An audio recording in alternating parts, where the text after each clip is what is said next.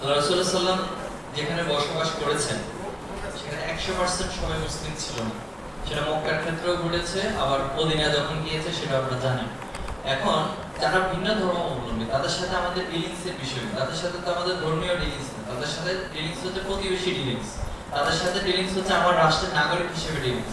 এর জন্য রাষ্ট্রের নাগরিক হিসেবে, প্রতিবেশী হিসেবে আমার প্রতি তাদের যে দায়িত্ব এবং কর্তব্য সেটা আমি 100% পালন করব।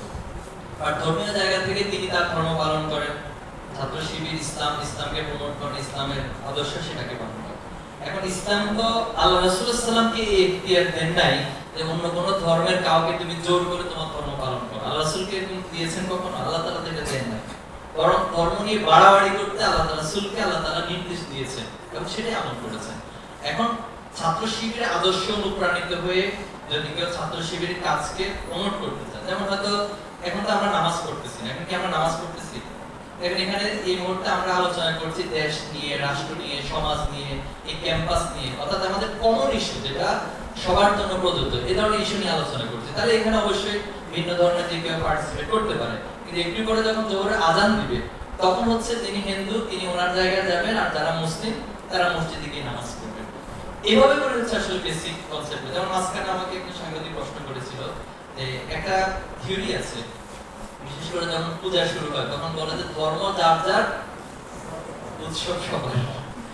এখন উৎসবটা যদি হয় ডিরেক্টলি ধর্মের ইবাদত রিলেটেড, তাহলে আসলে উৎসবটা কিন্তু সবার হওয়ার সুযোগ নেই। ফর এক্সাম্পল, যেমন আমরা কোরবানির সময় গরু জবাই করি, এটা একটা উৎসব, কিন্তু আবার এটা হচ্ছে একটা ইবাদতের একটা পার্ট। এটা মুসলিমদের জন্য বিশেষ প্রেক্ষাপটে ইবাদতের একটা পার্ট। তাহলে দেখা যাবে যে ওই সময় গরু জবাই করাটা একজন হিন্দুর জন্য এসে কিন্তু তিনি তার ধর্মীয় জায়গা থেকে জায়েজ মনে করেন না, অথবা এটাকে তিনি বরং আরো অনেক নেগেটিভ মনে করেন।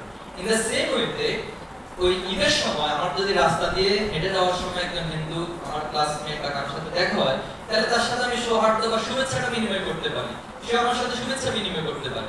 কিন্তু তিনি আমার ঈদের নামাজে অংশ নিতে পারেন না, তিনি আমার গরু কোরবানিতে অংশ নিতে পারেন না। এটা তার জায়গা থেকে তার রেলিয়া।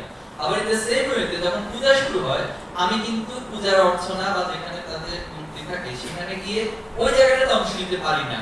কিন্তু হয়তো আমার বন্ধুর সাথে দেখা হয়েছে, বন্ধুর সাথে সে আমাকে শুভেচ্ছা জানিয়েছে, আমিও তার প্রতিবেশী সুলভভাবে তার সাথে শুভেচ্ছা বিনিময় করতে পারি, কিন্তু তার ওই অংশটার সাথে করতে পারি। এটা আমার ধর্মের ভ্যারিয়ার রয়েছে। এজন্য কমন ইস্যুতে, যেহেতু ক্যাম্পাসের অনেকগুলো ইস্যু থাকে কমন ইস্যু, সেটাতে সবাই সুযোগ রয়েছে সব বিষয়ে আলোচনা করার।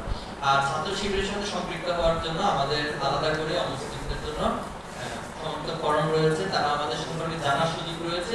জেনে তিনি যতটুকু আমাদের কাজকে অ্যাপ্রিশিয়েট করতে চান সেই কাজগুলোর সাথে তিনি সম্পৃক্ত হওয়ার সুযোগ রয়েছে। আর যেটা তিনি মনে করবেন যে না এটা ওনার ধর্মীয় ব্যারিয়ার রয়েছে অথবা তিনি চান না, তাহলে এটা নিয়ে আমাদের কোনো